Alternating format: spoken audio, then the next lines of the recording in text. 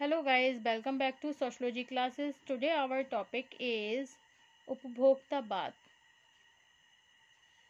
consumerism. Okay, BA part 2.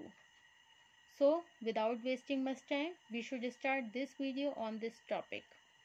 Okay, उपभोक्तावाद. सभी युगों में उपभोग मनुष्य की एक प्राथमिक आवश्यकता रही है, जो व्यक्ति अपने जीवन यापन के लिए कुछ वस्तुओं का उपभोग करता है, उसी को उपभोक्ता मतलब कंज्यूमर कहा जाता है। एक समस्या के रूप में उपभोक्तावाद की प्रकृति को समझने से पहले उपभोग और उपभोक्तावाद के अर्थ तथा इनसे संबंधित नहीं प्रवृत्तियों को समझना आवश्यक है। ओके गाइस, समाजशास्त्र तथा अर्थशास्त्र में उपभोग और उपभोक्ता का अर्थ एक दूसरे से भिन्न है। ओके, कैसा है? भिन्न है। ठीक है, अब हम जानेंगे उपभोक्ता का अर्थ एवं प्रकृति, meaning and nature of consumerism. Okay guys,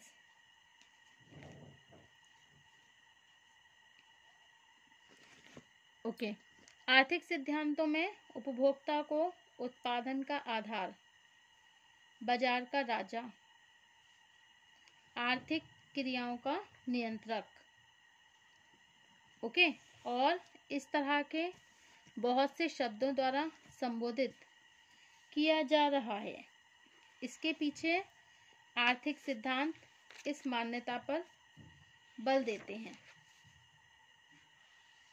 कि आवश्यकता ही आविष्कारों की जननी है। आवश्यकता ही क्या है बताइए?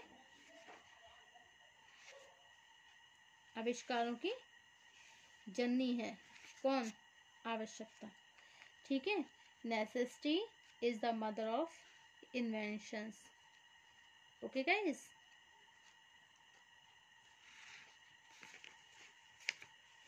दूसरे शब्दों में जैसे जैसे आवश्यकताएं बढ़ती हैं, ठीक है, लोगों के उपभोग के तरीके बदलने लगते हैं।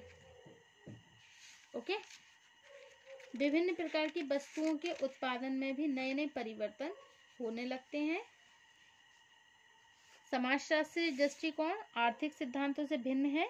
इसके अनुसार आर्थिक व्यवस्था तथा बाजार व्यवस्था बृहत सामाजिक संरचना की एक उप संरचना मतलब सब स्ट्रक्चर है।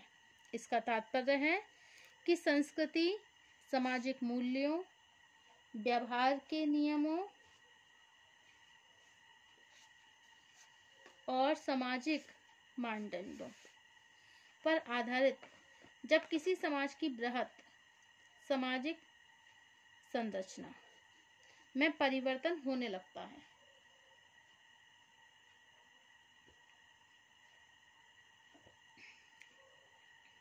तो विभिन्न आर्थिक क्रियाओं का रूप भी बदलने लगता है।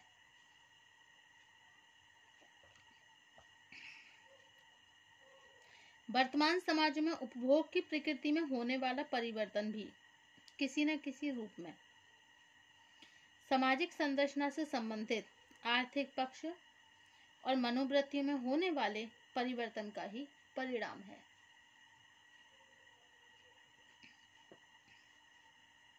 उपभोक्तावाद इसी परिवर्तन का ही एक विशेष रूप है।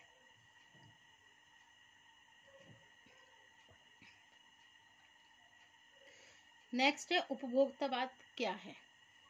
Okay, what is consumerism?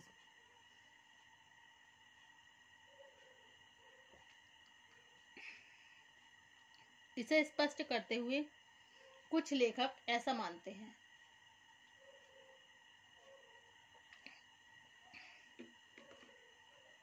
कि उपभोक्तावाद एक ऐसा दृष्टिकोण है, कैसा बच्चों, जिसके अनुसार आर्थिक जीवन का संचालन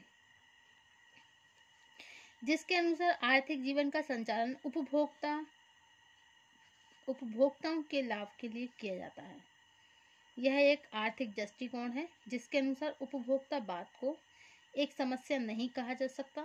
एक समस्या के रूप में उपभोक्तावाद वस्तुओं का उपभोग करने की एक विशेष प्रवृत्ति है, जिसके अंतर्गत व्यक्ति द्वारा अधिक से अधिक श्रम करने का उद्देश्य उन वस्तुओं का अधिक से अधिक उपयोग करने की इच्छा है जिनका संबंध सुख और सामाजिक प्रतिष्ठा से जोड़ा जाने लगता है। यह एक ऐसी प्रवृत्ति है जो व्यक्तियों को अपने साधनों से बाहर जाकर भी अधिक से अधिक उपयोग करने की प्रेरणा देती है। किसी समाज में व्यक्ति जब अपने साधनों के अंदर रहते हुए आराम, विलास और मनोरंजन से संबंधित वस्तुओं का उपयोग करता है तो इससे उनके जीवन में किसी तरह की आर्थिक या मानसिक तनाव पैदा नहीं होते। दूसरी ओर मध्यम या निम्न वर्ग के लोग जब उच्च वर्ग द्वारा उपभोग में लाई जाने वाली वस्तुओं को देखते हैं तो उसकी यह धारणा बनने लगती है कि इन वस्तुओं का उपभोग किए बिना अपने वर्ग में वे अधिक प्रतिष्ठा प्राप्त नहीं कर सकते। फलस्वरूप जिन वस्तुओं का उपभोग किए बिना भी वे एक सामान्य जीवन व्यतीत कर सकते हैं, वह उन्हीं से बनकर रहकर पिछड़ापन मानने लगते हैं। समाज के मध्यम वर्ग की यह विशेषता है कि उसके साधन बहुत ही सीमित होते हैं, लेकिन वह जीवन के प्रत्येक क्षेत्र में अपने से उच्च वर्ग के उपभोग संबंधी व्यवहारों का अनुकरण करना चाहते हैं। ओके। उत्पादकों द्वारा भी तरह तरह के विज्ञापन द्वारा जनसाधारण को ऐसी वस्तुओं का उपभोग करने का प्रलोभन दिया जाता है जो स्वास्थ्य, प्रतिष्ठा, सौंदर्य, कार्यकुशलता और मनोरंजन के नाम पर बहुत आकर्षक प्रतीत होती है। मनोवैज्ञानिक रूप से भी प्रत्येक व्यक्ति अपने मित्र और नातेदारों के बीच स्वयं को अधिक संपन्न और आधुनिक सिद्ध करना चाहता है। इन सभी दशाओं के फलस्वरूप आज व्यक्ति में जिस प्रदर्शनवादी उपभोग कंज्यूमेशंस की प्रवृत्ति पैदा हुई, वही उपभोक्तावाद का वास्तविक आधार है। ओके गाइस, उपभोक्तावाद की अवधारणा को इससे संबंधित कुछ प्रमुख मान्यताओं और विशेषताओं के आधार पर समझा जा सकता है। नंबर 1, इसकी पहली मान्यता यह है कि मनुष्य प्राथमिक रूप से एक उपभोक्ता है तथा जीविका उपार्जन का वास्तविक उद्देश्य अधिक से अधिक वस्तुओं का उपभोग करना है। ओके, नेक्स्ट है हमारा, इसकी पहली मान्यता है, नेक्स्ट है, यह एक ऐसा व्यवहार है जो व्यक्ति को यह विश्वास दिलाता है कि उसकी सामाजिक आर्थिक परिस्थिति का निर्धारण उपभोग की आकर्षक और महंगी वस्तुओं के उपयोग से ही होता है। ओके, नेक्स्ट है, इसके अनुसार धन एक ऐसा साधन है जिसके द्वारा प्रत्येक वस्तु को खरीदा जा सकता है। फलस्वरूप उपभोक्तावाद व्यावसायिक नैतिकता को उतना महत्व नहीं देता जितना आकर्षक वस्तुओं के उपभोग को। ओके, अब नेक्स्ट है, उपभोक्तावाद एक ऐसी दशा है जिसमें उपभोक्ता बाजार को नियंत्रित नहीं करता बल्कि बाजार की प्रकृति के अनुसार उपभोग संबंधी व्यवहारों का निर्धारण होने लगता है।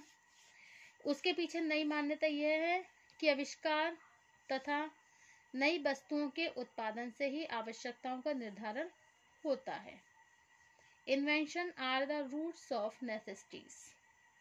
ओके, अब नेक्स्ट है, उपभोक्तावाद का आधार आकर्षक विज्ञापनों की वह प्रणाली है जो व्यक्ति के मस्तिष्क को बंद करके उसमें प्रत्येक ऐसी वस्तु के उपभोग का मोह पैदा कर देती है।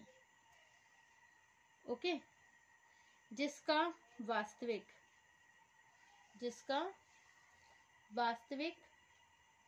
से अधिक संबंध नहीं होता, मतलब जिसका वास्तविकता से, रियलिटी से अधिक संबंध नहीं होता। ओके। अब नेक्स्ट है वर्तमान युग में बढ़ता हुआ उपभोक्तावाद। इस सिद्धांत पर आधारित है कि आर्थिक विकास के लिए बाजार का सक्रिय रहना आवश्यक है। बाजार तभी सक्रिय रहता है जब बचत करने की जगह वस्तुओं के उपभोग को आजीविका का अधिक से अधिक हिस्सा व्यय किया जाए। ओके।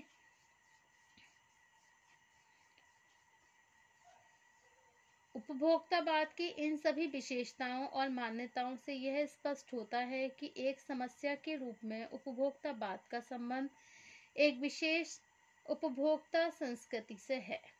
इस संस्कृति में मनुष्य एक सामान्य प्राणी न होकर वास्तविक रूप से एक उपभोक्ता है। दूसरे शब्दों में, व्यक्ति की नई नई वस्तुओं का जितना अधिक उपभोग होता है वह उतना ही अधिक सामाजिक प्राणी है। ओके।